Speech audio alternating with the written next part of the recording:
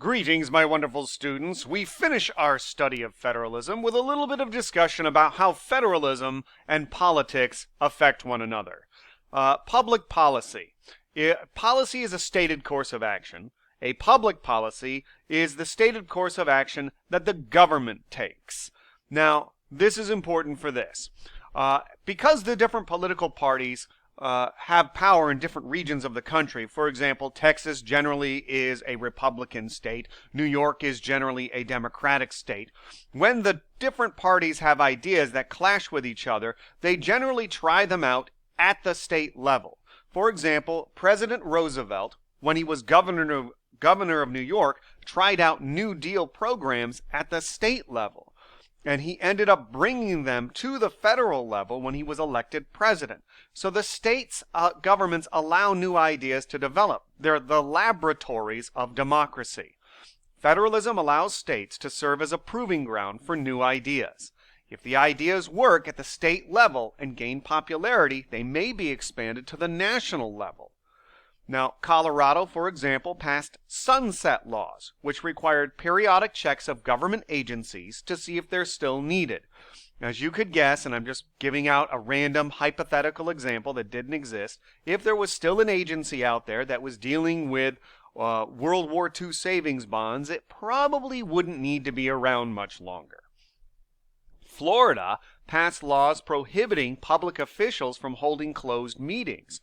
These are known as sunshine laws. The idea behind this was that if they're public officials holding meetings regarding the public, those meetings should be open to the public because those people serve the public.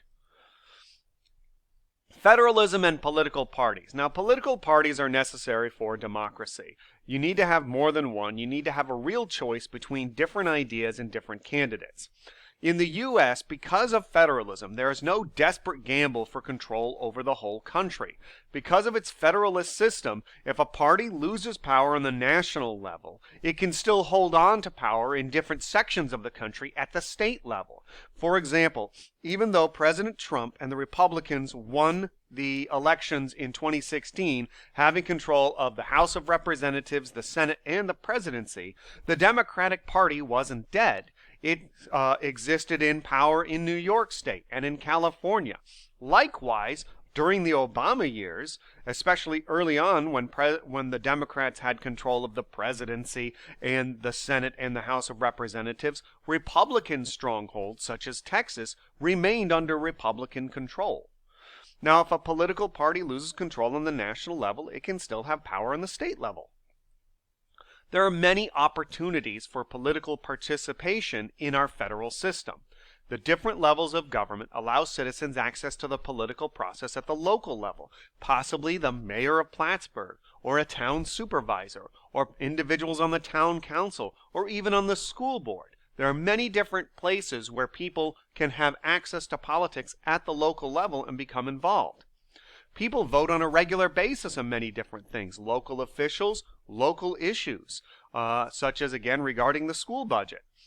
Citizens can also work with special interest groups to influence the legislative process. You, if you desire, could join an environmentalist group. You could join the NRA. You could join any number of different politically active groups to influence the legislative process.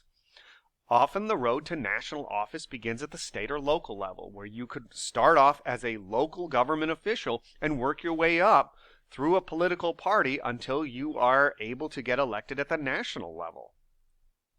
Increasing chances of success. People are more likely to participate in politics if they think their work means something.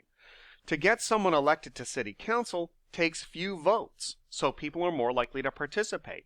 If you decided you wanted to join politics, you probably wouldn't start off running for president off the bat with no one knowing who you are. You would probably get involved at the local level first, and as you began to make a name for yourself, then you could expand out.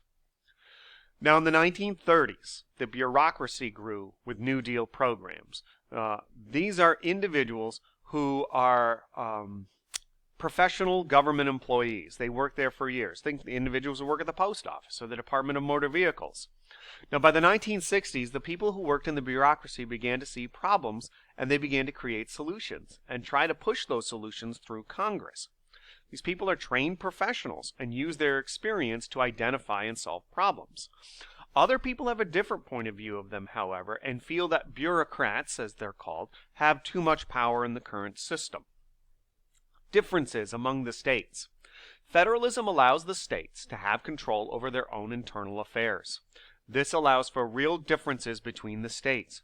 For a time, before the Supreme Court made a ruling, some states allowed homosexual marriage while others did not. And federalism allowed that. With the Supreme Court ruling regarding it, however, all states must allow it. Now, federalism in the U.S. has been changing with power shifting towards the states, but we don't know if it's going to remain that way. In 1995, the Unfunded Mandates Act limited the federal government's power to force the states to provide services that were not funded by the federal government. For example, in some cases, the federal government would say the states needed to provide a service because that was necessary by law, but then the federal government wouldn't give the states any money to do that. In 1995, this act limited their power to do that. Many states are overhauling their administrative systems, trying to find ways to make them run more smoothly. Now, this seems to reflect an idea that states and local governments can help people more than the national government can, but it remains to be seen if that will actually be the case or if that trend will continue. And that is the end of this particular chapter.